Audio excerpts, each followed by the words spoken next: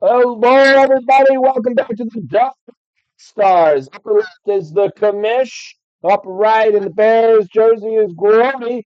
In the green Shamrock Shuffle shirt is Icehouse. In the blue shirt is Skinns. And I am your host, the Orange Peanut, who is at work because he didn't get out in time. But anyway, we are here to talk to you about the NFL Pick'em in week 3 of 2004. This is just after week 2 is done. What a hell of a week last week, huh, gents? Uh, Crickets. No crickets. Hell of a week. Well, it was a hell of a thank you. Yes, it was. Okay. It was certainly a hell of a week last week. Holy cow. There were so many crazy any games or anything in particular. We'll start with Commish. What any games in particular that interested you? Yeah, I think a couple games were a bit of a shocker. Uh, both Indianapolis well, even three, I guess. Indianapolis, San Francisco, and Philly all losing to teams that I don't think anybody thought they had a chance of losing to. Yeah. Yeah, Like absolutely. specifically, Kirk Cousins on Monday Night Football is terrible, and Atlanta beat them. Yeah. San Francisco may not have Christian McCaffrey, but Minnesota doesn't have a quarterback. Same thing with Green Bay. Indianapolis's defense should be ashamed of themselves. Yeah. Um, Absolutely. I think so the all crazy. three of those games were definitely. I mean, and I point them out because all of us got all of those picks wrong. Not a single one of us thought that Green Bay, Minnesota, or Atlanta had a chance to even beat the spread, let alone win the game. Yeah. Picks. I know my Yeah, picks it's in gross. particular were way off for that week. Grody, what about you? It's Anything kind of surprise you last week? Yeah, I was gonna say I think that the shocking part in that Green Bay game was like I think Josh Jacobs the 30 plus carries for 150 yards. Like it's not like they like beat down the Colts. Like they literally just ran the ball all fucking day. And Yeah. if you're the Colts, it's like wow. So we just couldn't stop them from running, and then we couldn't score. So yeah, that probably shocked me most, but I definitely think the Vikings too. I didn't give them a chance in hell to beat the 49ers. And yeah, Sam Darnold, what is going on? Yeah. Not sure what's happening with the Sam Darnold squad. Sam Gosh Darnold Icehouse. Any game surprise you last week? just Kirk Cousins actually doing good in prime time is like the first. I mean, it doesn't make sense. It's like something's wrong. But I guess the whole week was wonky. So it's like, hey, everything else went wrong. Why not? Yeah. Like, hey, man, has never performed in prime time. Why not now? Oh God. Everything else fine. Yeah, There's a glitch in the matrix. Yeah. We're two yeah, black it's cats really somewhere. going to keep on continuing into Monday night. So why not? Skins. Anything surprise you this weekend? Yeah, don't forget about the Raiders Oh taking yeah. it to the Ravens and beating them. I did Yeah, not see that coming. I think I put I a big was one on that. Well, I put I was 9 going to on say that. I was saving that for my recap to point out that John thought that Raiders team was going to be drunk and not stand a chance against the Baltimore Ravens there. Yeah, I Uh, did not see that one coming. I mean, forget the 9.5 point spread, the largest one of the week. They just straight up money lined them. And yeah. then also Kirk Cousins, I saw a stat. I don't know if it was after the game. He started his career 0 for 9 on Monday nights, and then the last 5, he's 4 for 5 on Monday Night Football now. So oh Oh. fuck! I got Yeah, I'm where on the was that wrong starting. side of until history. last week that could have helped us, Stan? Yeah. Yeah, I'll watch the post game shows before pre-game next time. Well, next time do some I homework, love Dick. how Yeah. they always come out with these stats after the fact. It's like, oh yeah, hey, by the way, like what the fuck? Thanks. You could have thrown that out there first, jackasses. Right. Yeah, Right. Nice double play by Nico Horner there. Well, as I'll speak up for the home crowd with this one. The Sunday night game, that hurt. That hurt to see our offensive line just continue to just buckle. It hurt to see the punch to the face that was caught on camera that was not an ejection, and it hurt to see Caleb Williams struggling against what ultimately was kind of something he couldn't really fight. You could see DJ Moore on the Bears offense just really just, practically giving up at the end of the game, going, they're just walking on us at this point. There's so many times, like a ridiculous 86% of the time or higher that the Bears were getting snowed in by the offensive line when Caleb Williams was dropping back. Unbelievable. I was surprised also, though, that it was as close as it was. It showcased that the defense is clearly right now one of the stars of this team. But I think if we just talk to who's 64 on the Bears? Anyone know who that offensive lineman is? Colton Shelton. He is letting. I don't know. People are just scooting past him left and right. I kept on watching him just letting people get by him. Don't worry. When we get to the Bears game, I've got some stats for you. Okay, I'm excited. I'll mix my. It was frustrating as Bears fans. It was frustrating as someone who's excited to see Houston continue to grow as they are. They look like a great team, so I'm excited to see more of that. But let's talk about what our picks were last week. Commish, what happened last week in Pick'em? Well, last week in Pick'em, you guys all were terrible. I was not.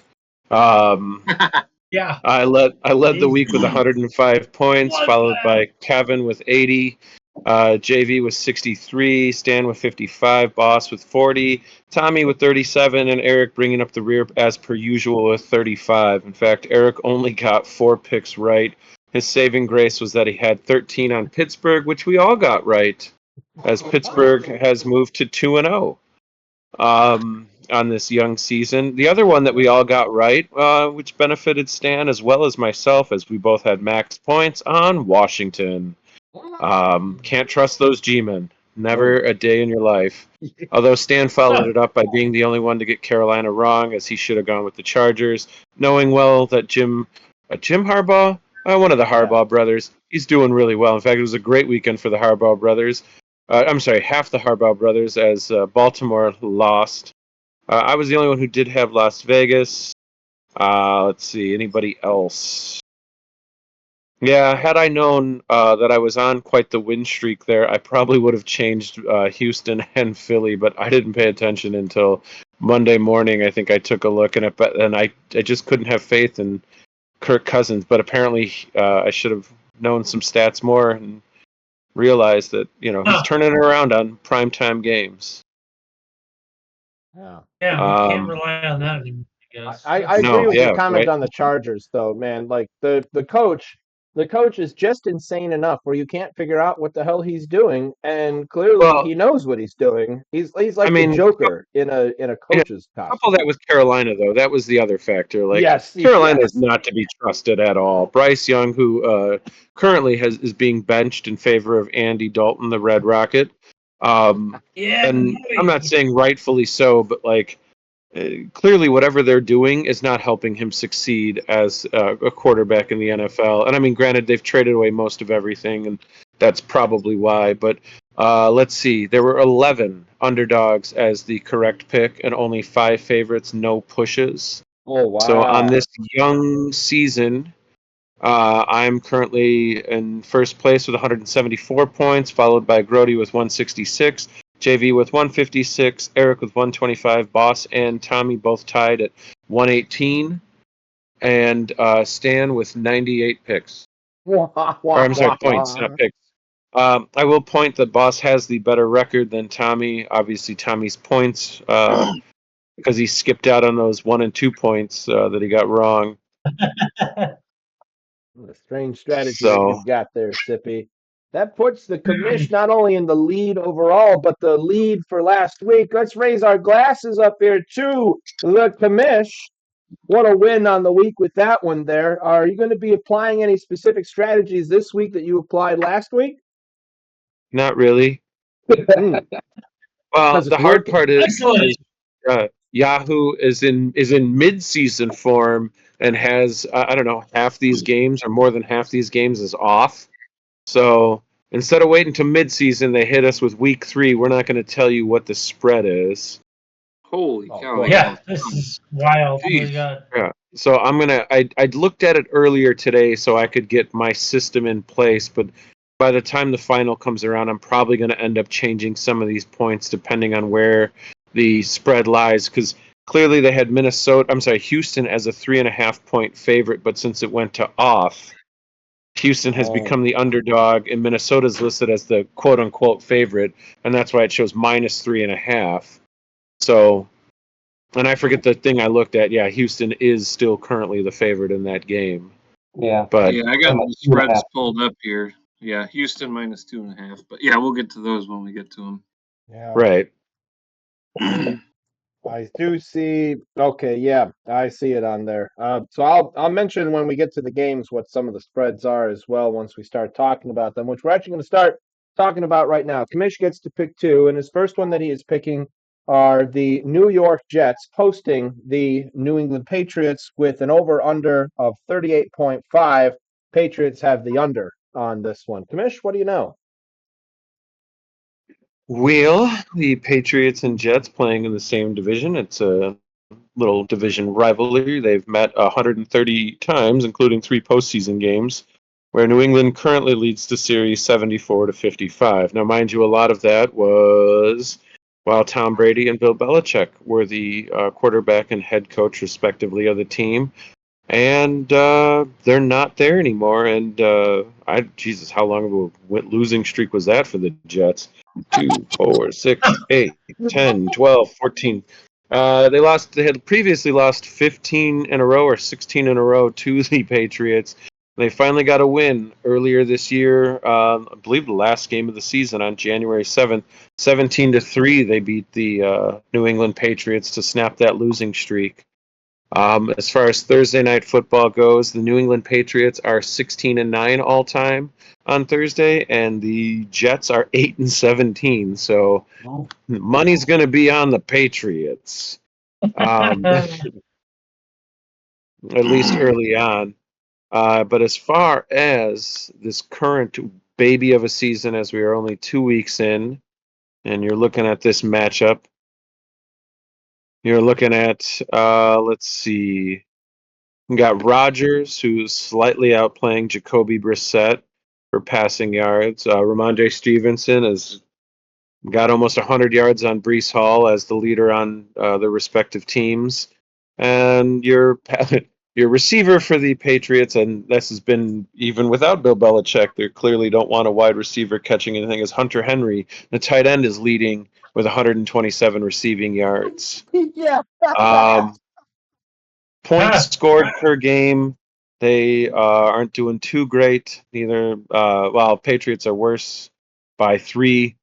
But points against, New England has only given up 16.5 points per game in the first 2, giving them 5th in the NFL, whereas the Jets have given up 24.5.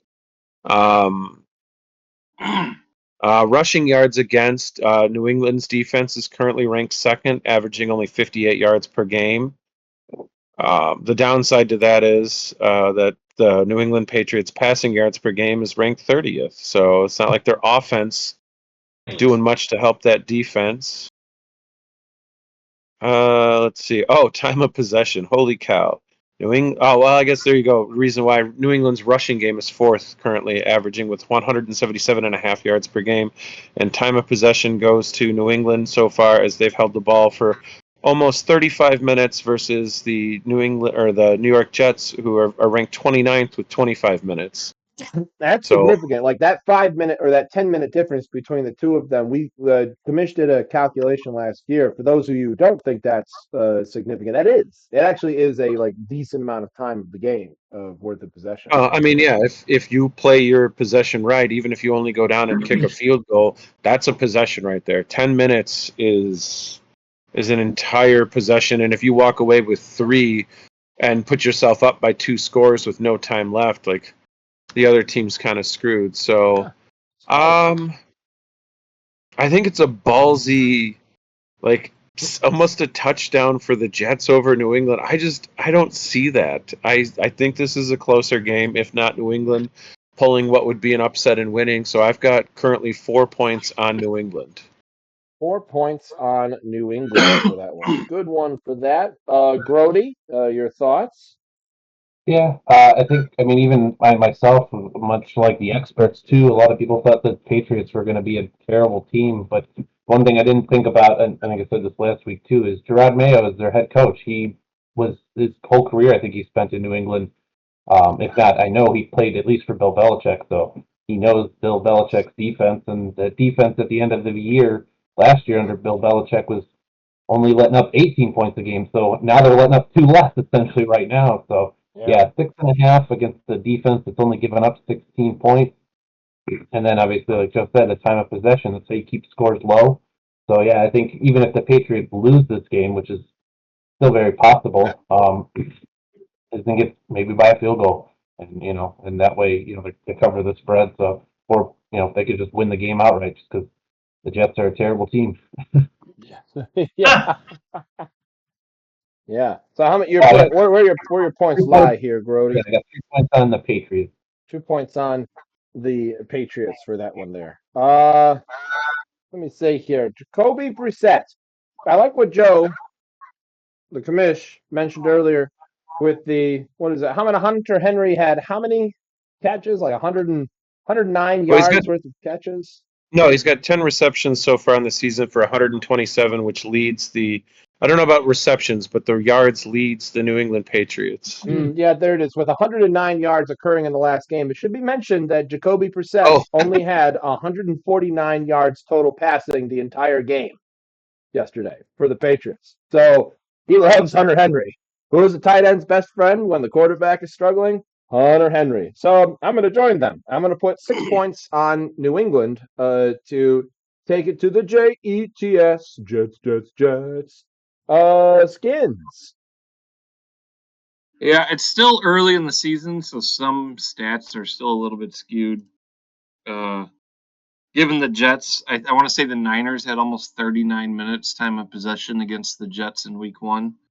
So that definitely hurt them a little bit, or hurt them those stats a little bit. But I am with that said, I'm still leaning New England to keep it close. Looks like they're doing it. Their running game is good, and the Jets were gashed by the Niners Week 1, and unless Hassan Reddick decides to finally sign his contract with the Jets or not, and not hold out anymore, their run defense is not going to get any better, and that's the best thing that New England has going for them is Ramondre Stevenson.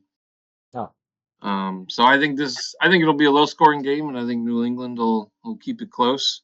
And so I'm going to put 7 on the Patriots. 7 on the Patriots. We come to Icehouse, the chance to be a contrarian against all of us going for New England. What do you think, Icehouse? Well, didn't Stan just put 7 on the Patriots? Yeah, we're all on the Patriots. Oh, okay.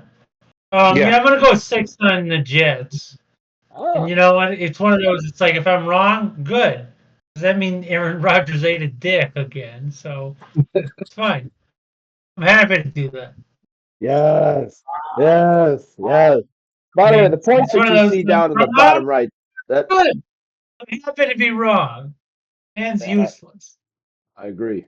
Boy, do I agree with that. Yeah, points down in bottom right is around the horn. You see Boss going up in points, who is in the positives right now. With that last comment for that. They make me laugh. They say something interesting. They get more points for that one there. So that's where that goes. Which we might hear something interesting coming up next with Groady saying he knows some stats. We got Chicago going over to the Indianapolis Colts to be hosted in Indiana. And with the over-under, we've got where are you at, Chicago? Bears are currently the under at 43. What do you know, Groady? Yeah, so 1.5 point spread. So kind of, at this point, essentially kind of like a pick 'em. But obviously with the I would say, disappointing loss to the Texans because if you had any semblance of an offense, you would probably win that game. Obviously, some better, better than the previous week as far as the passing overall, but again, they can't rush the ball. And this is where the problem is. So you got Braxton Jones, who's your left tackle. He's given up. He's been beaten on more than any other left tackle rushes, pass rushes. So he's pretty much getting beat every time they pass. Your left guard is Kevin Jenkins, who was an all-star last year, hasn't showed up. Your center, Sheldon Rank, or not Sheldon, Corey Shelton. He's actually, I think they said he was fifth in rush, but he's 30th in pass. So he can block rushing, but he can't block pass. Not good. Nate Davis needs to be benched. They actually, while we're talking about it, that there is a play where he's on the rush. He, just kind of pushes his guy out of the way and then gets to the second level and then doesn't block a single person. He's just kind of walking around looking at everybody like, hey, how you doing? I'm just working here, and then unfortunately, the other part that's very glaring as well, which kind of sucks, is Darnell Wright. Out of 155 linemen, he was ranked 148. So there was only 7 linemen worse than him at the end of last week. The one part that's really upsetting is the number 1 ranked offensive lineman was Lucas Patrick, who used to be on the Bears but is on the Saints now. Not good. The other big part that I heard is a bad part for the linemen is last year they were just kind of more or less doing like your standard kind of, guy to guy, like, hey, when we're rushing, you get this guy's, and then if you can get to the next level. Apparently now with the new system that Shane Waldron wants is what is called a zone type of rushing, where it's like, hey, this is your zone. Whoever's in your zone, you block them. And unfortunately, I think that's one of the big parts that's really getting these guys confused because last year it wasn't that way. Because last year they ran the ball really well, and the only difference right now is the center. And he's actually, like I said, he's one of the top rushing centers rated right now by Pro Football Focus. So to not be able to run the ball, they need to change something. And yeah, if somebody who knows Ryan Poles somehow watches our podcast, tell him trade all your picks for as many linemen as you can because you're going to get Caleb Williams killed. You want to talk about developing and breaking the habit that they can't develop a QB? You're not going to be able to do that if you don't have an offensive line and you can't protect him, or at least scheme an offense that gets like that's the sad part. He's getting the ball out quick. He's the 6th fastest QB at getting the ball out. It's not like he's holding on to it. He's getting the ball out. It's just the line sucks. You need a better line. They need to figure something out. They need to keep a tight end in. They need to keep 2 tight ends if you need to. I mean, you got to figure this out. You're going to kill the kid. You're not even giving him a chance to actually play quarterback. All those points aside, obviously the big thing was the defense continues to play out of their minds. I mean, that game would have been way worse had they not played the way they did. Unfortunate they couldn't get the takeaway that that they probably needed to really get them back in the game. But I don't trust Indianapolis either after as poorly as the performance that they put up against a backup QB who couldn't even start for the Titans.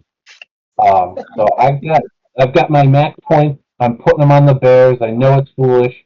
The last 7 or 8 meetings between the Bears. Obviously, I know different teams, so it really doesn't count. But they've literally gone. The Colts have won 2, and then the Bears have won 2, and then the Colts have won 2. And right now, the last 2 wins were by the Colts. So if they stay with that pattern, right now this one should be a win for the Bears. And I'm hoping it is. I got my max points on them. I'm hoping that they can turn this around and get some protection for Caleb because that was god awful. Yeah,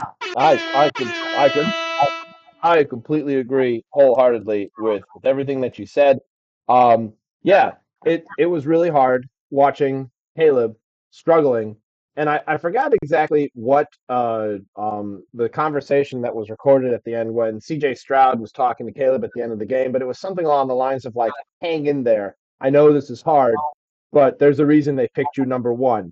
It was a really professional thing to be able to say to somebody who probably felt terrible at the end of that game because he's just like he really couldn't do a lot of things, and it looked like he was actually really trying to. There was one scramble that I was like so hopeful he like spun out 3 times from trying to get sacked in, And it was so exciting to be able to see. And at the same time, he gets brought down, and it's like, damn it, he shouldn't be having to do all of this. Let the offensive line let more play action happen with the quarterback. Like that seems to be like that's the winning strategy. I'm with you on this. I think the Colts be a big pile of poop in terms of their quarterback is just a mess. I mean, you're talking about messy. He's making silly mistakes with it. There's completions around 50% in both of his games. It's not really very exciting to be able to see. So yeah, I'm also going to be going for the Bears. I'm going to be putting a nice dollar yo 11 spot on Chicago to hopefully bring home a win, and to hopefully I want Caleb Williams to throw a touchdown. Damn it. I want that so bad. Hit Cole Kmet up, That's who I want to see that happen with. I'm excited for that. Skinns, your thoughts? Well, the Colts have currently lost 2 in a row. They lost to Houston. That's to be expected, 29-27. And then last week they lost to Green Bay. They are 32nd in rushing yards against per game, and they're also 32nd in time of possession per game. So I think we're finally going to have a little bit of a Swift breakout here for the Bears. I think the Bears will finally get Swift going, do some rushing. That would be nice. I think that will help alleviate some pressures on the offensive line. That if the Colts are giving it up, if you got a bad D line against a bad O line, hopefully that evens out and Swift can get some rushes going. Fun fact: the AFC South. The Colts, on top of the Jaguars and Titans, are all 0-2. Houston is 2-0. So we got 3 0-2 teams in one 4-team division. They're that division. That's just, they're going to be that division this year. When the Bears beat Tennessee, one of those teams in that division. So I'm going to put, I think I have 8. Yeah, I got 8 on the Bears. I got 1.5 or 1. But yeah, I think the Bears will win it straight up. So I'll put 8 on the Bears. All right, 8 on the Bears. Icehouse, we're all going Bears so far. Yeah, I got lucky number 7 on the Bears. Lucky 7 on the Bears. That's good. Yeah. And then finally back up to Commish. What do you got? Bears or Colts? Currently I'll have my max points on this game. I do have it Chicago's way because much like last year, where the Bears were the underdogs 13 times, they were 8-5 in as far as Yahoo Pick'em goes. And last week they got a win they lost the game, but they got a win in Pick'em.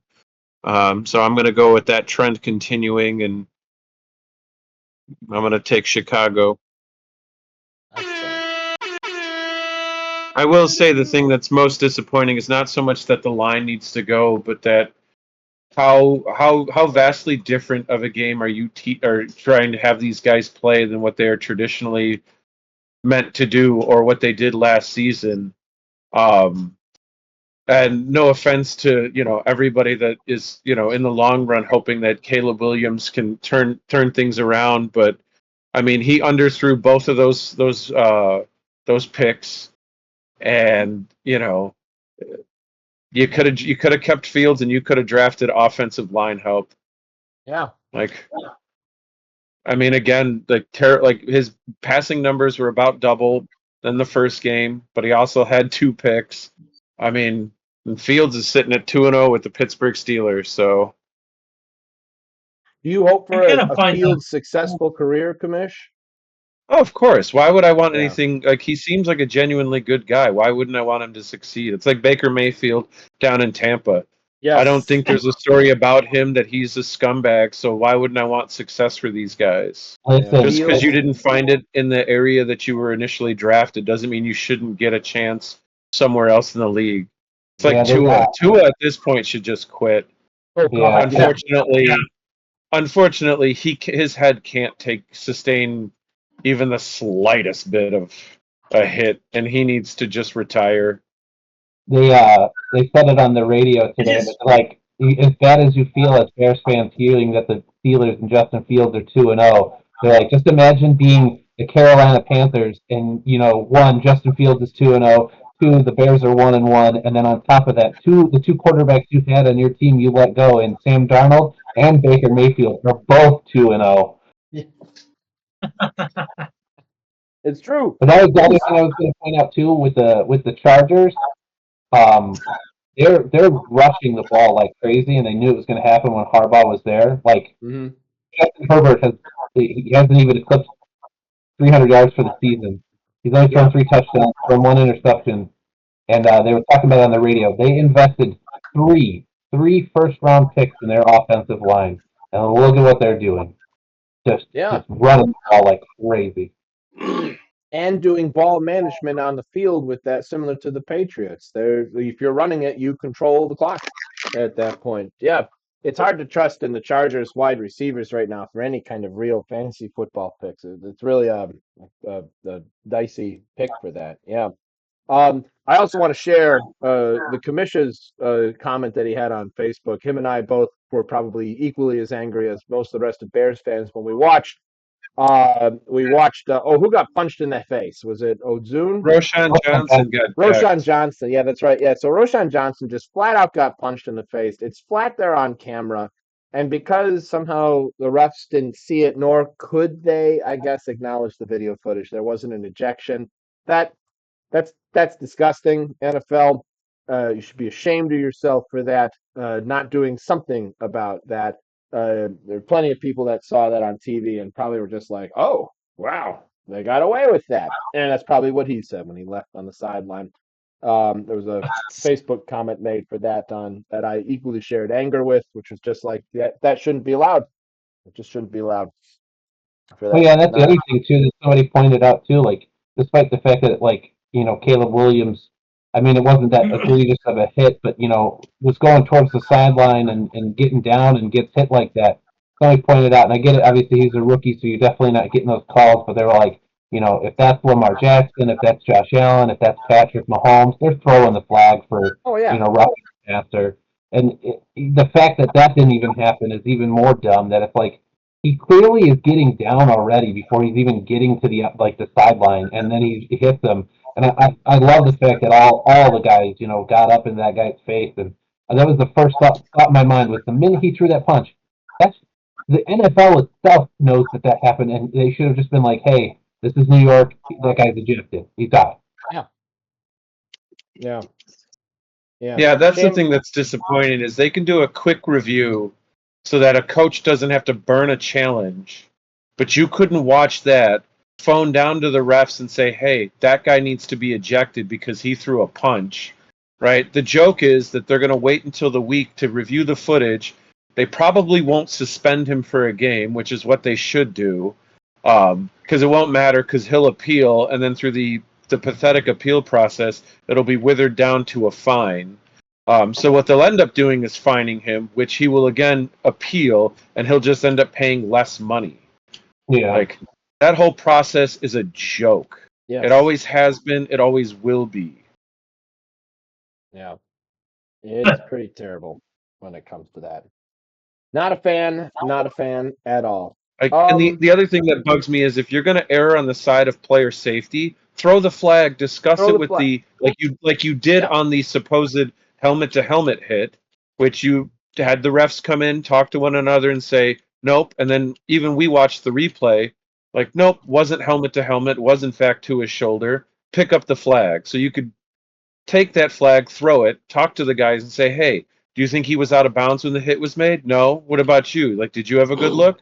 Oh, okay. Like, and then if you feel like, oh, we can pick it up, then pick it up. But if you really care about player safety, which you don't, you'd throw that flag and worry about it later. Yeah. I agree wholeheartedly. Okay. I've got the next pick here. Battle out west in California with the Rams hosting the San Francisco 49ers. Checking out the game right now.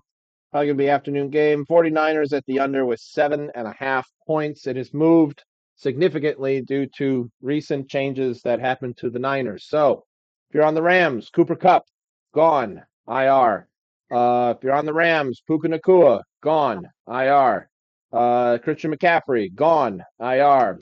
On the 49ers, and as of recent, just today, Deebo Samuel is also now listed as doubtful, may even be moved to IR due to problems with that.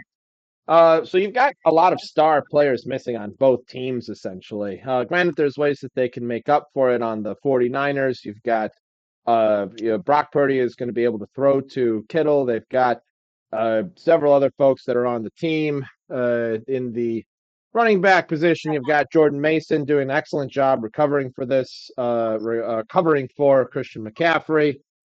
You've got Chris Conley apparently caught a ball.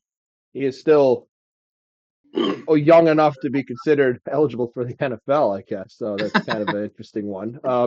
But yeah, other than that, though, there's folks to be able to work with in terms of they're including one of my favorite players, Kyle Juszczyk, just because of how crazy his name looks when you see what it looks like there. But then you get to the Rams, and here the problems get worse. Not only do you have you got Kyron Williams, who you can kind of lean on a little bit, and a series of other running backs, but you really do not have a truckload of other wide receivers. But that's not the real problem. We were talking about the Bears' offensive line being what it is. At least those players are healthy. The Rams are down to their fourth string guard, and I believe, as I'm looking at this right now, second string center and third string left tackle. They are hurting real bad on their offensive line. There's just IRs and doubtfuls all over the place for them. Stafford's will very likely be running for his life for most of this game, which the last game that he played was Stafford was sacked 7 times in the game, which was just like no quarterback should be getting hit that often with it as their offensive line is dropping. They've got the Rams coming up, followed up by I think it's Chicago and Pittsburgh following them afterwards. So these are two like really elite defenses, and they're just not going to have Stafford's really just going to have a real Stafford's good, but you need people to throw to for this. I'm trying to remember who the tight end for Hunter or for the Rams are. Colby Parkinson. Anyone? Anyone know Parkinson. Colby Parkinson? Colby Cheese. Colby Jack Cheese Colby is Cheese. maybe someone. I mean, you got Demarcus Robinson, Tyler Johnson, Tutu Atwell are the other wide receivers. I don't know. I really have my doubts that the Rams are going to be able to do anything for this. I think this is one of those panic moments for the Rams. I'm going for the 49ers, and I'm going to be going, even though the spread is kind of high, I think the Niners are going to kind of pull through with this. I'm going to be putting 10 points on San Francisco. Skinnnns, thoughts? You know, if there's anything the first 2 weeks have taught me, it's that every game that has seemed like a sure thing I've thought with the big spreads and all that, it has gone to bite me in the butt the other way. And so I really have nothing to back it up to make me want to take the Rams, other than the Rams' best weapon that they have left now is their running back. So I'm thinking maybe, okay, they'll just, even with a crap line, hopefully Kyron Williams can run it out. The 49ers won't have Deebo Samuel. And maybe they, so they're thinking they know what's coming. They're just going to take it easy. Okay, we'll get a win. We'll stay up by just enough. We'll take it easy. So I think the Rams will keep it close. They're obviously going to game plan for, the weakness. The Rams are going to game plan for their weaknesses. Hey, we know we're short this, we're short that. So they're going to play to what strengths they have. And even though San Francisco is one of the better defenses, I think the Rams could still pull a win, if they were playing against, the Raiders or Denver or whoever. It is division I still rivalry, feel, so that could be factored into there. yeah, As well. yeah, it's a rivalry. They're at home. I think the Rams can. I think this is one of those sneaky ones that I want to just put it on the Niners because I think it'll be a winner. But I'm gonna I'm going to go with what my gut has not worked for the last 2 weeks, and I'm going to go against it, and I'm just going to put 2 on the Rams. 2 on And the just see Rams. how this works out. Good. There's 2 on the Rams, 10 on the Niners. Icehouse. Oh God, yeah, they're so unreliable. Yeah, give me the Rams for like 5. I'll take 5. 5 on those Rams. Back up to the Commish. Commish. Yeah, I'm with Stan on this one. When it seems right this year, it's been wrong. So, being that it is a divisional matchup, I'm going to take the Rams for 2, hoping that they keep it close. I like the way you're all And I guess thinking. it's more an indictment of San Francisco's depleted offense than the Rams. That's fair. Very fair. And Groady. Yeah, I'm just gonna put 1 point on the 49ers. 1 point on the Niners. We got a little bit of a spread going on here. We'll see if it pans out for me with my 10 points. Let's also find out if it pans out for Skinns, as Skinns is going to talk about the Atlanta Falcons hosting his Washington Commanders. And the Commanders, are they an under for this one here? I'm checking right now. Where are you guys? Monday They're- night. Oh yeah, Monday night game. Bengals versus Commanders. Commanders are the 7.5 point under with 48.5. What do you know, Skins? Well, these 2 teams have faced off 11 times total, which I find a little hard to believe. I thought it'd be a little bit more than 11.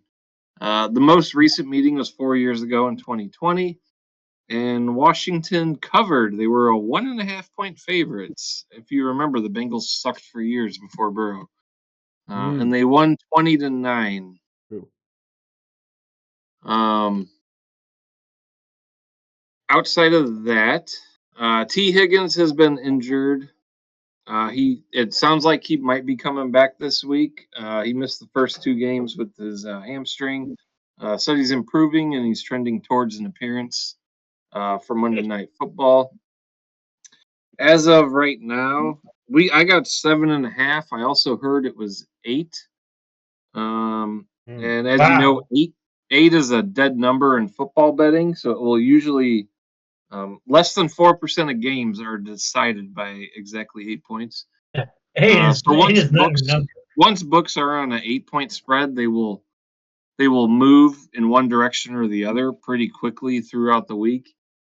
And judging if there's some positive T. Higgins news coming out this week, I'll think it'll at least go to 8.5, 9.5 points.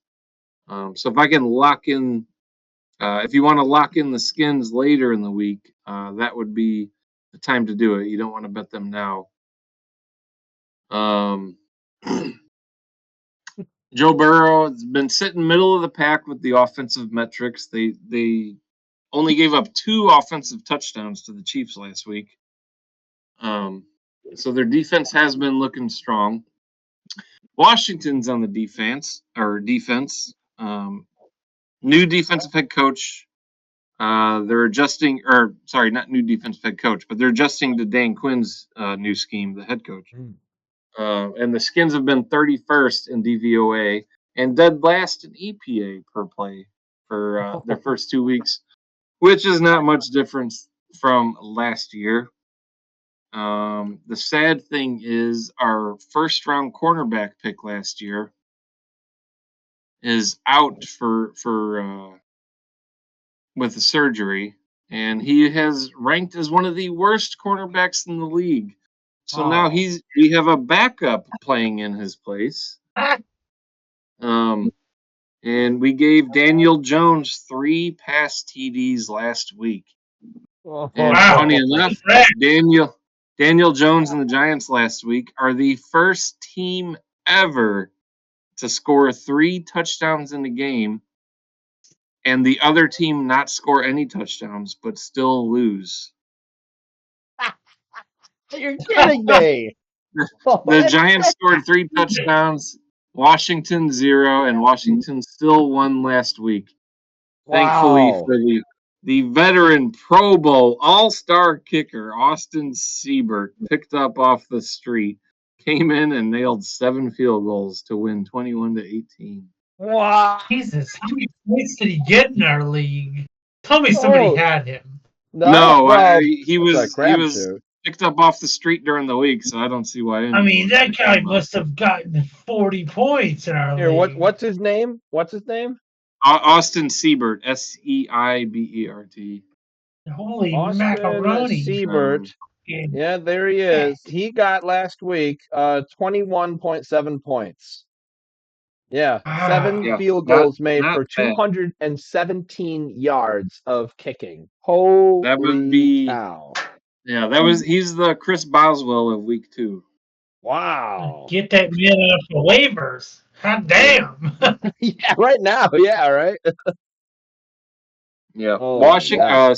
Since he's been throwing at the 3rd highest rate all year, and then Washington has also been with Cliff Kingsbury as the offensive quarterback coordinator. Uh, Washington's offense is sitting at number 4 in EPA per play, so they are moving the ball with plenty of tempo. Same thing with Cincy. So I think this game will be pretty fast paced, lots of passing. I think there will be a lot of points put up. I think more of it will be on Cincinnati's, but not enough to cover the Washington Commanders. And I think we know where I'm going to go. So I'm going to put my 16 on Washington Monday night. Monday night, 16 points on Washington. Look at that, man. 16 points on Washington, and a great data explanation for that when there are a lot of points for that. Commish, your thoughts on the Cincinnati-Washington game? Well, I initially had Washington because I didn't realize Jaden Daniels was out and thought 7.5 was kind of insane because Cincy isn't exactly lighting up the field. But you know what? I still don't think Cincinnati has it in them to win by more than a touchdown. So I'm keeping my 1 point on Washington. 1 point on Washington for that. That Oh, makes sense there. Yep. Groady? I got 2 points. I have it on Cincinnati. I think definitely if T. Higgins is back for them, I think it gives them a little bit more space to be able to pass the ball. So I'm with you on that. You see what they were doing with Jaceki, their tight end. It was again one of those tight ends is a quarterback's best friend if he's got no one to go to. T. Higgins isn't going to be like a huge break the bank, but he's another somebody that knows at least what he's doing with that. So I'm there with you. I'm going to increase it though. I do like to finish my week kind of strong for this here. So I'm going to go up to 13 points on Cincinnati to beat the Washington Commanders in the jungle. It's an even spread so far for that. Wait, Icehouse, did I get to you? No, I didn't. I'll take 10 Sorry, on sorry, Washington. Icehouse, my bad. What was your pick for that? 10 on Washington. 7 on Washington? 10. And 10 on Washington yes. for that there. 10 on Washington. I got you for that. Excellent stats for that, Skinnnns. Thank you very much. Sorry, Icehouse, for skipping you on that one there. Because we're actually down to you at this point. That might have been one of the reasons why I was kind of looking at that there. Icehouse is going to talk about Kansas City Chiefs getting hosted at the Atlanta Falcons. And let's see. We got the Chiefs are currently the under 46.5, under by 3.5. I only have one stat, so it doesn't matter. Oh. 'Cause I didn't have time Chiefs to are look the it up. Oh, this favorite. is the key stat you were talking about. Okay. This is the stat. I'm going max points on Atlanta because both of the last 2 Kansas City Chiefs games have gone down to the last play. Oh. So it's Okay. like, okay, it's like, give me 4.5. All right, fine. I'll take it down to the last play. Boom, max points Atlanta. Do what you want with Gotcha. that information. I don't care. Yeah, you know what? You're I'll very take it. right with that. Very. Especially right. with Kirk, now that we know Stan's Kirk Cousins stats, it's like, wait a minute, Kirk Cousins doesn't suck in prime time? God damn it. Like, fuck. Yeah. Okay, well, maybe Atlanta on that action then. Interesting. Yeah. Interesting. Okay. I got you there for that one. All right. So we've got max points on Atlanta from the Icehouse. And then back up at the top with Commish. I got 9 points on Atlanta. 9 points on Atlanta from the Commish. Groady. I got 9 points on Kansas City. 9 points on Kansas City. I Oh, would have originally gone with Kansas City, but knowing the primetime stat, I think I'm switching. Plus, I usually need more underdogs right around this time. I'm going to join for Niner on Atlanta for me. And then Skins. Funny enough, Chris said the Chiefs games have gone down to the last play. I looked at the Falcons, and both of their games have come down to the last play of being within a win. Granted, we know what they did against the Eagles last night, and then Week 1 against the Steelers, Atlanta did have the last possession down by 8, so they could have had a chance to get there. Granted, they were down by 8, so they would have had to cover the 2, yada yada. But they had a chance. Still one score. Yeah, they had a chance. End of regulation. Chris, kind of. Yeah, I think. And it's at Atlanta. I think I'm gonna pop a Niner on the Falcons here. Ooh, a lot yeah, of gotta give it nines to being the thrown. Yeah, a lot of nines being thrown around. Only on Groady, you stand alone on the Kansas City one there. So that'd be where that is. It's okay though. Sometimes the cheese needs to stand alone. We stood alone last week with the Bears. We Good. got some points for that. So that felt good. That felt good in the end there. Let's raise our glasses up to the Commish for winning again for last week. Way to go, Commish. Commish is going to talk about the Buffalo Bills going down to the muggy Florida weather to play the Jacksonville Jaguars. We got 45.5s on the total. Jacksonville is the 5.5 underdog. What do you know, Commish? Well, I know you're going to put max points on this game, and you're probably going to lose it like you did last week, betting against your hometown team of the Cleveland Brownies, who took it to those Jaguars. You sure did. You sure did. I was hoping no one would notice that. Sad part is your disease is spread, and you took Stan's 12 points, you took Tommy's 6, and Eric's 10. Let's see, all time between these two teams, they've met a grand total of 19 times, with Jacksonville currently leading the series 10-9. The Jacksonville Jaguars are currently riding a 2-game win streak against the Buffalo Bills. The Jacksonville Jaguars all-time on Sunday Night Football. They've played a grand total of 11 games, and they've won 5 of them and lost 6. Buffalo on Sunday Night Football. Where did that go? Oh, that's right. They don't want to show me. I couldn't find it. I did find out that they have a current 4-0 record on Sunday night games since 2019. So, and Josh Allen overall is at 11-4 on Sunday night. Oh, in primetime games. I'm sorry. Overall, he's 11-4. So things are looking pretty good for the Bills in that matchup.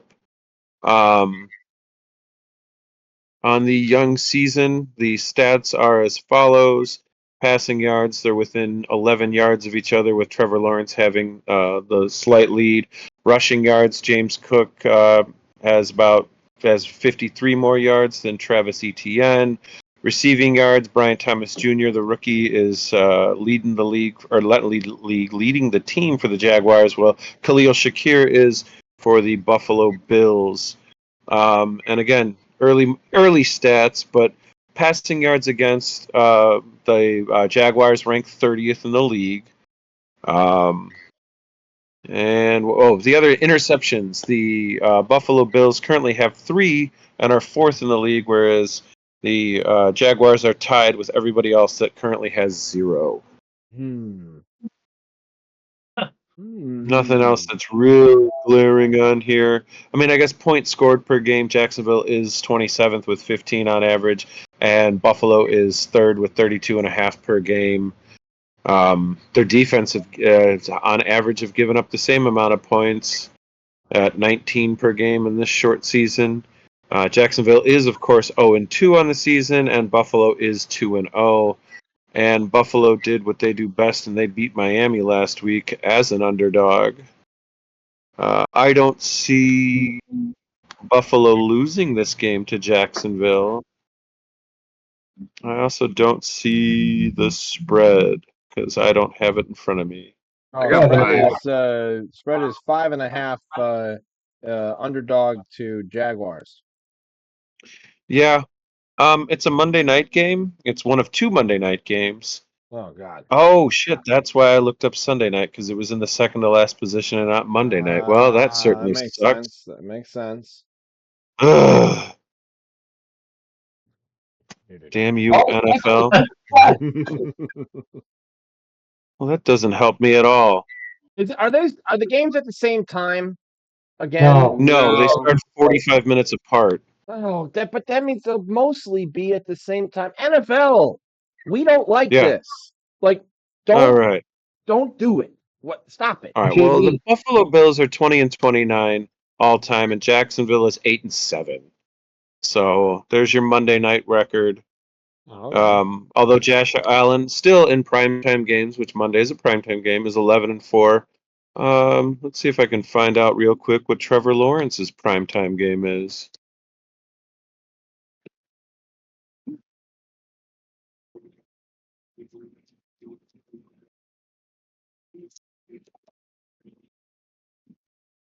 Just to fill the time.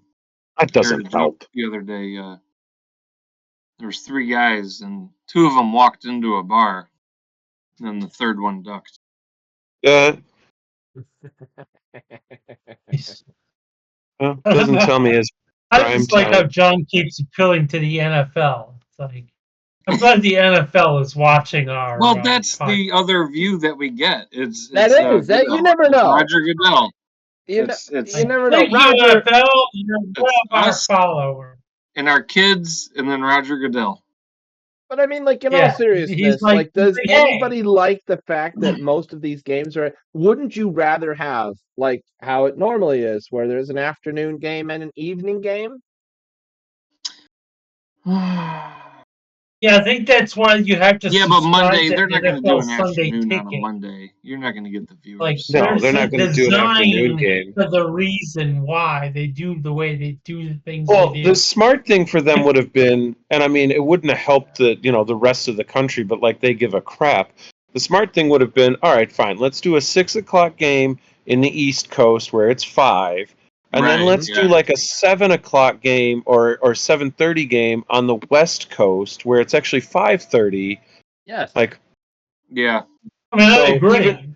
So that's an hour and a half difference. At least half of the game would be over before the next one starts. So let's say Buffalo Jacksonville starts out and it's a landslide in one favor. Like, all right, skip this. I'll go watch the start of the other game. Yeah, they did do that with Buffalo, but then the second game is in Cincy, so it's only one time zone over. No, they're the same time zone. They're both in the East Coast. Vegas, LA, or something. Oh yeah, Cincy. Yeah, Cincy's East Coast too. Yeah, it's. Oh, are they East? Yeah. No, Cincy's East Coast. They're on the same shit show. As long as the spread stays that way, if it gets any further out, I might change to Jacksonville. But I'm going to give Buffalo the benefit of the doubt. They're at home. They've been riding a high with these 2 games, and I got 6 points on them. Yeah, 6 points on Buffalo from the Commish. I like those. I like the stats there. I like both the sets of stats. Groady, thoughts? Yeah, I should have picked Buffalo, and I didn't. And I stuck with Miami, and yeah. So I'm picking Buffalo. I got 6 points on them. 6 points on Buffalo there. I have been riding a Let's Go Buffalo train, and I will continue to ride that train strong. We're going 12 points on max points on Miles Jack. Damn, I thought I'd have you all with that one there. I do want to point out, Buffalo has not announced what uniforms they are wearing for the game. They are keeping that under wraps, at least according to the gridiron. I assume it's normally they just say it's blue, but I imagine there's a throwback possibly coming that they have not told anyone about. So something to keep an eyeball out for. Skins? Curtis Samuel signed with the Bills this year, and he has not had a lot of snaps. But if he's your number 4 wide receiver, that's not a bad way to go. Hmm. He was on the field for 27% of the team snaps behind Keon Coleman, Mac Hollins. I don't know if you can't beat out Mac Hollins. I mean, he's not bad. I don't want to shade him, but he's pretty replacement level. And then Khalil Shakir has been doing his thing. But either way, long story short, I was just looking up a former Washington guy to see how he was doing and how they. But at any rate, I do like the Bills. They're playing at home. They're on prime time. The Jaguars have not been impressive at all this season. I don't know what they're doing. So if this thing still stays under 7, my money will stay on the Bills, and I'm going to put 15 on them. 15 on them Bills. Then Icehouse, do you ride the Buffalo train as well? 12 points. Let's go Buffalo. 12 points on Let's Go Buffalo. Miles Jack, Colby Jack Cheese stands alone. I'll stand over here, Colby Jack. All right, that's the main picks for that one there. We go back up at the top. It's time for quick picks, quick picks. Starting with the Commish, Cleveland hosting the G-Men. I didn't have the spreads. I did have the spreads open there. Of course, you didn't put it in order. 38 or 6-point underdogs to the Giants. Yeah, the New York Football Giants are terrible. 5 points, Cleveland. 5 points Cleveland for that. Groady. I'd almost be tempted to break my system to put more points on Cleveland, but I can't. I've got 5 points as well on Cleveland. 5 points again on Cleveland. I will be going for Cleveland as well. I really do not think the Giants have a lot going on in their schedule for wins. And I'm going to go with 8 points on Cleveland. Skins. Contrarian. I'm going to put 6 on the Giants. Ooh, I like it.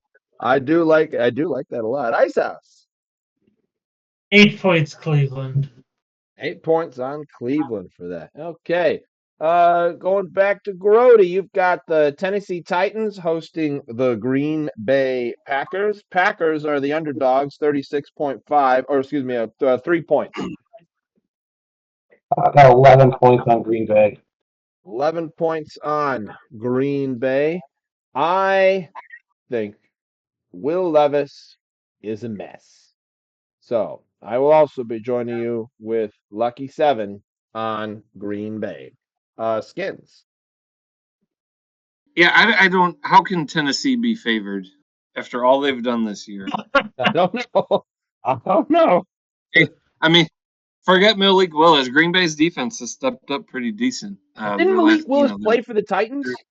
Yeah. Yeah, he was their rookie last year. He was trash, and he's still trash. But when you can run the ball, you're good. And so I they should be able to keep it close. So I'm going to put 12 on the Packers. Wow. On them Packers. Icehouse. 1 on the Titans. Oh, like contrarian. Barely. 1 point on them Yeah. Titans. Commish. Yeah, I got 12 points on the Titans. 12 points on the Titans. Ooh, it's a match at this point. Cool. Very cool. I get Minnesota hosting Houston. And where are you, Houston, on my list here? Hello, Houston. We have a problem. I got There two they and a are. half. 2.5. Yeah, 2.5. Houston is the underdog for this. No way, Minnesota. I do not think you're going to hold on to that. Not with Houston being what they are. I am going to go 12 points on the Houston Texans. Skins. Got 10 on Houston. 10 on Houston. Icehouse.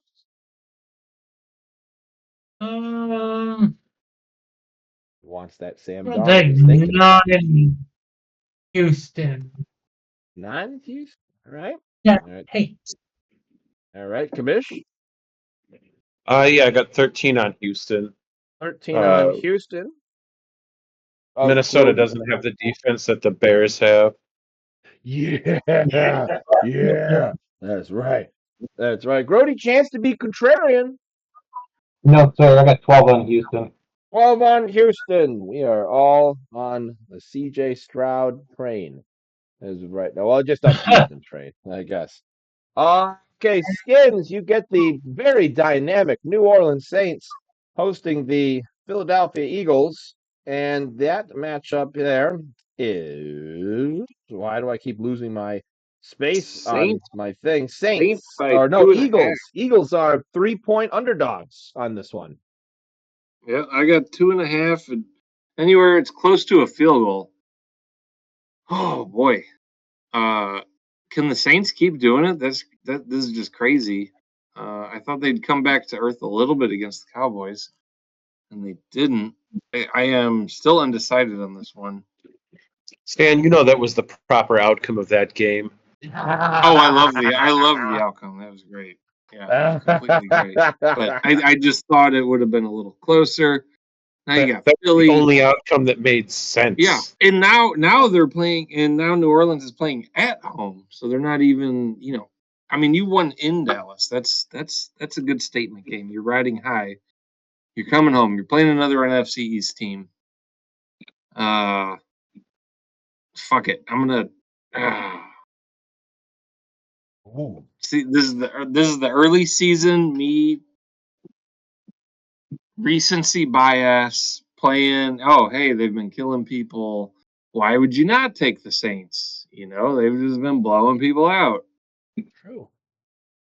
So I'm just gonna put a low number on it, but I'm gonna go with the Saints with 4. 4 on Nowlands. Icehouse, are you there? Are you taking a poop? No, he's there. We'll come back to him here in a second. Commish. Oh no, hang on. Icehouse is back. Oh, Moving how about the on. poop? Saints and Saints. You got Philly for 11. Philly for the Dollar Yo. Commish.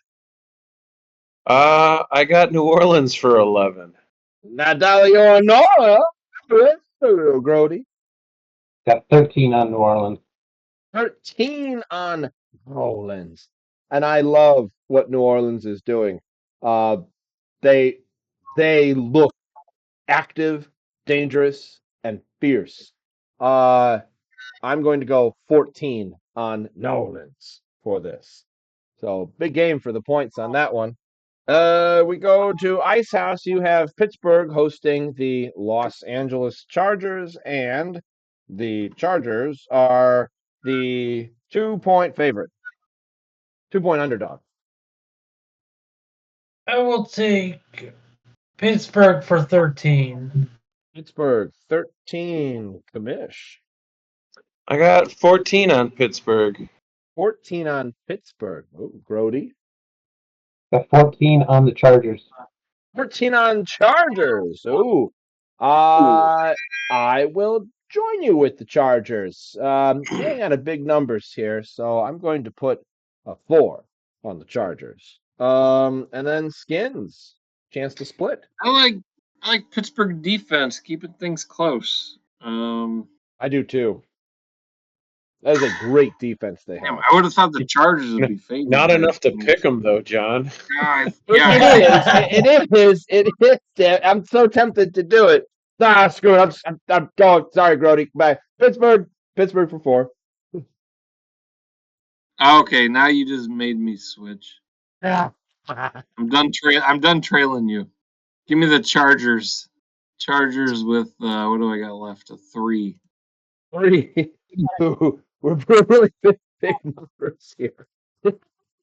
All right, back up the top, we got Denver going to Baker Mayfield's house in Tampa Bay, and the Tampa Bay Buccaneers, Broncos are the underdogs, 7 points. Commish. Denver's a 7-point underdog.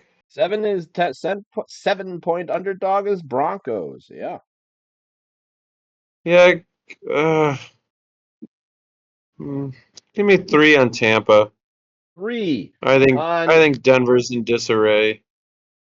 Yeah, they do seem sloppy as of right now. Groady. I got 4 on Baker Mayfield. 4 on Baker. I am also going. I like what Baker Mayfield is doing. I want more on Baker Mayfield. What is the spread again? Is 7 point. Ooh, hey, 3 on at home with Baker. Skinnnns. 14 on Maker Bayfield. On Baker Mayfield, his championship quarterback there. Woo-hoo. That's a lot. Icehouse. Yeah, let's stand with 14. Holy crap. On Baker? Betcha. Wow. Wow. It's They're amazing. cooking. All right. He's cooking over there. Groady will be cooking with the Las Vegas Raiders hosting whatever is happening in Carolina. I'm not even sure if their flight's going to make it because I don't even know what they're doing with that. Where are they at, Mike? Where are you here? God, this list is so stupid. There they are. Panthers are the underdog at 5.5. I have 7 on the Raiders. 7 on them Raiders for that. Looking ahead, I I don't think Carolina. Who's starting for Carolina? The Red Rocket. Andy Dalton, No, baby. the Dalton is still able to play. That's gonna be Dalton. If you're watching this, that jersey doesn't match the hair. Sorry, you look better in other jerseys. We're gonna go 5 points on Las Vegas. I like you, Andy, but no. Skinns. I'm going Carolina. 3rd week in a row. And you 5 wonder points. why you're in last place. New quarterback, new strategy for Carolina. 5 points. So let's do it. Okay, on the Carolina for that one. They're interesting. Icehouse is going poop again. Commish. I initially didn't realize that Bryce Young was out, and I'm with Stan. I'm gonna put 7 points on Carolina. I think Red Rocket can keep it close. We should say he's not out. He is benched. He is benched. Well, he's out of playing, is what he's doing. Yes, yes, he is. Icehouse, back Sorry. to you for Four Carolina. 4 points on the Raiders. 4 points on the Raiders for that. Yeah, I'm not touching that stuff with that at all. I've got Seattle hosting Miami, and God, Tua's got his 10th concussion. Please, Tua, please just stop playing.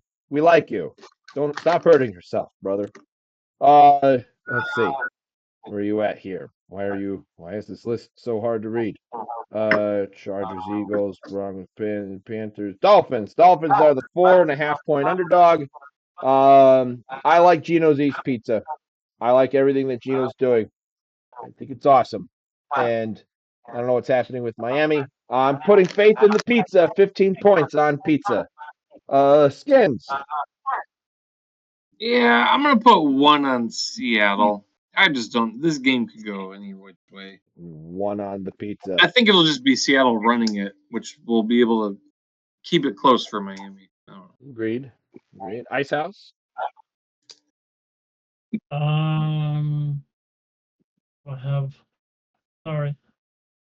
I have Seattle for 15. Seattle. Standing.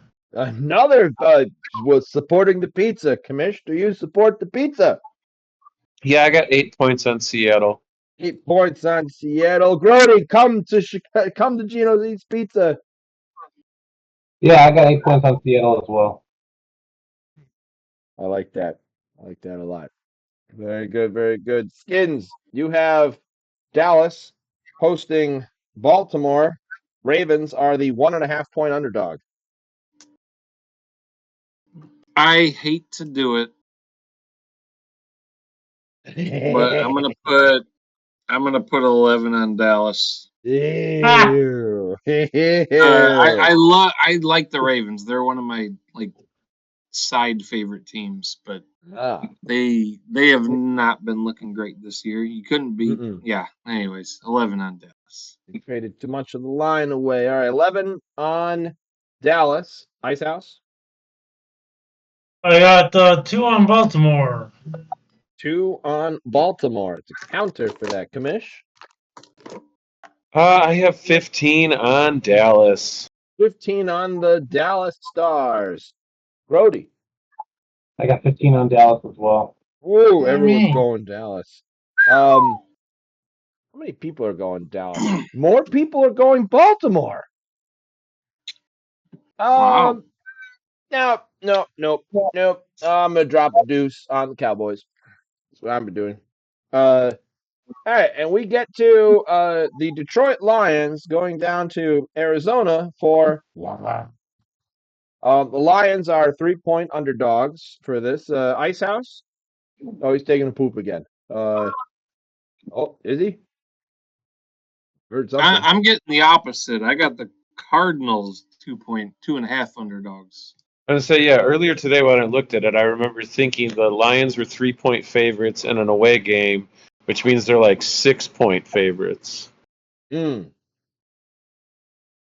Okay, my Vegas Insider thing says Lions 3 points underdog. Or no, It says yeah, -3. -3 Lions. Yeah, that means they're the favorites. They're the faith.